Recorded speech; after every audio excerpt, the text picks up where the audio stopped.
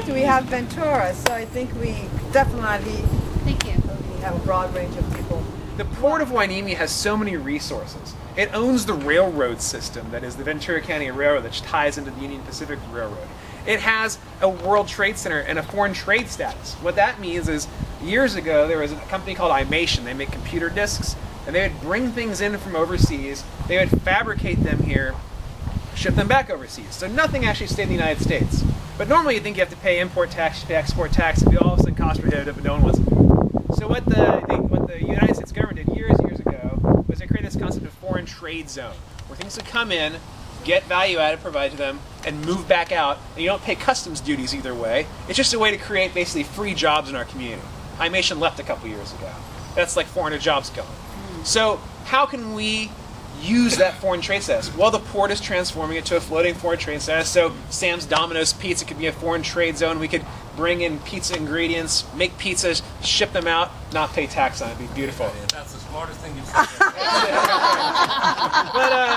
But really, I mean, the port has these tools. I was talking to one of my friends that owns a business, and I said, hey, why aren't you taking advantage of this foreign trade status? He's like, what do you mean? I'm like, you bring in metal, you make these little connectors that go into satellite dishes, then you ship it out to China and gets put into satellite dishes. Wow. And he's like, wow, that's cool. Why isn't the port out there talking about it? We have this rail line. We have a problem. The port's landlocked. We want to bring in more cargo. We want to do more business. But how do you do it without any space? I know. I'm an engineer. Let's make it more efficient. Let's load things into box cars, into trucks, or whatever we're going to do. Get it out of that port faster. We have warehouses in Santa Paula. We have warehouses downtown Oxnard with no one working in them. And guess what? We have a labor force. You talk about the 11% unemployment rate in Oxnard or Ventura County. I'm on the United Way board. Let me tell you, it's like 25% in Santa Paula. Santa Paula is hurting for jobs. If you said, we'll bring a rail car every day full of port stuff and we need you to pack it and ship it, and oh, by the way, out in Santa Paula, you can load that truck and you can get on the 5 freeway in 20 minutes. Hey, company that wants to do business in California, use the Port of Hueneme. We're smaller than Long Beach. We're not going to have your ship waiting out there for a week just because we're backed up. We're going to know you. We're going to know your cargo. Security is important. We have to know our customers. We have to know what we're doing. Bring that in there. Say, hey, customer, we can get you onto the 5. You can be in Seattle overnight. You can be into Las Vegas. You can be anywhere you want to go. That's the Port of Hueneme. We need to get energetic people, like Marianne said, younger people, energetic people, people with ideas, people with vision. I'm on the board of the United Way. I'm on the board of the CBC Federal Credit Union here.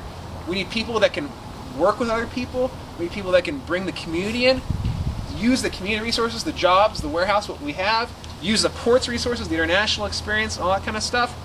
Put it together, boom. Elect Timur. From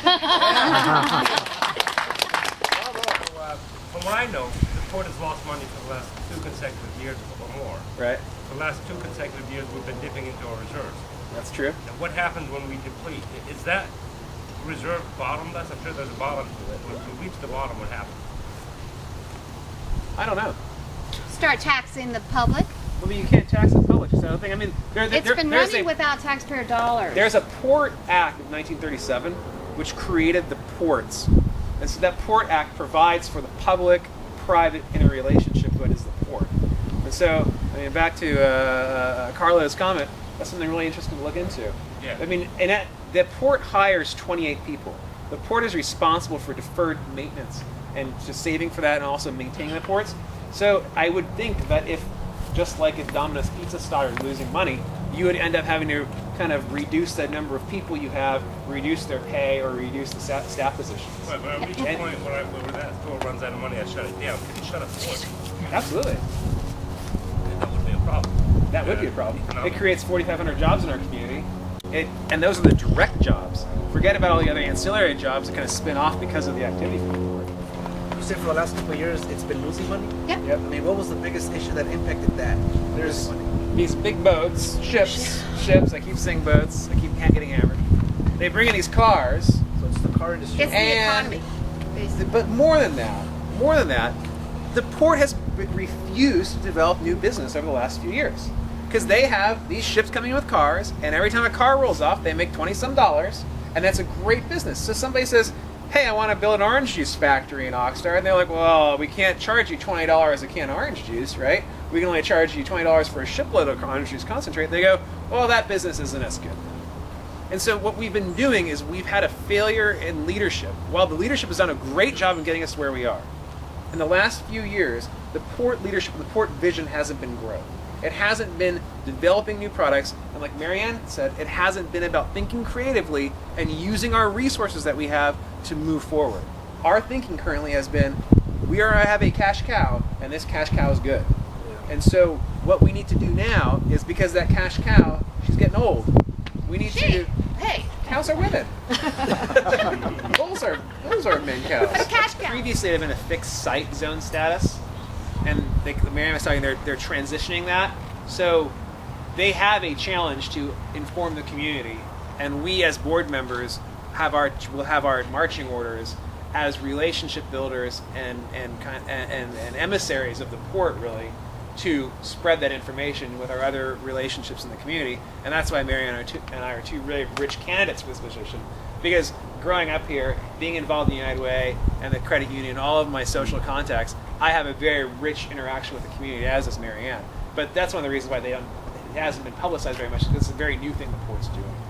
So if we vote for you, you're going to change all this, you're going to push it? I keep telling people I have a match and I have a foot, and I'm going to run around lighting fires and kicking things until this port starts moving better. And it has a few simple things it can do. It owns the rail lines already. It can use those rail lines to move cargo more efficiently in and out. It has a foreign trade. Can I interrupt you? Sorry. Yeah, sure. But if you do that, I know that they have that railroad, but every time they're using it, then I have to stop for a period of time. It goes really slow. And they have to. They do. They really. I mean, the railroad's rated at 8 miles an hour. So yeah, I mean, it does need to be upgraded. It does need to. But they are maintaining it already. I mean, they're spending the dollars to maintain it. So spend isn't what, 10% more, 20% more. I mean, one of the things you have to do is kind of commission a study to say, well, how feasible is it to use it? I mean, who knows? Maybe there's some like giant reason why it would never work. And if it's never going to work, then why does the port own it? Right? I mean, there's just some kind of simple questions. They use it out of the Navy base. It goes out Patterson Road. So the cars get loaded onto the rail lines. But it's been a long time since I had to stop. But I thought it was really that They use it for lemons too. It goes out Patterson, up Woolley, and then hits the Union Pacific main spur. But there's that whole other side that comes up through Hueneme, it goes up Saviors into downtown Oxnard. So I mean, that's just one thing. The second thing is like this foreign trade status it has. Imation used to be a customer there, and what happens is you would import raw materials, you do something to them, then export the finished product. And as long as nothing stayed in the United States, you don't have to pay customs duty. It's part of the New Deal, the kind of to revitalize America in Roosevelt's time. Right? Well, the port has a status, but no one's using it anymore. And so they're making it so it's a floating status. So there's other businesses in Ventura County which import raw materials, produce something, and ship it out. Like, why isn't the port out recruiting those businesses and saying, hey, we'll make you more competitive in the global marketplace? Oh, by the way, we have this port here too, which you could use to bring in and out your raw materials and your finished products. I mean, people want the economic activity. I mean, the port creates 4,500 jobs today. It could double that. I mean, it could easily create so much more economic activity in our community, and it's just not doing it. And because it needs some people with energy on the board, it needs people with a vision and leadership to get pushed through and say, either you produce these attainable goals in this 3 years, 5 years, 10 years, or you're going to get fired and you're going to have to be replaced with someone who has more energetic and more creativity. It's important for us as new commissioners to energize an executive director and say, look, you need to direct your staff to be more aggressive and ambitious about developing new business and using the resources in the community and the resources the port have better. And that's, I mean, really what... How big do you want it? This big. I mean, they have 250 ships a year coming in. They have 2 berths that they have. There's 2 berths in the Navy. They could use so much more of it. They could do so much more. I live here. I don't want ships stacked up like in Long Beach. I don't want steaming ships sitting off the coast. But I think we could be moving ships in and out a lot faster and a lot more efficient than we do now. Mark my words, when I'm Harbor Commissioner, we'll have a citizen coalition in that recreational marina where people can make a report to the Board of Supervisors, because the County Board of Supervisors doesn't. It's nothing to do with the position we're running for.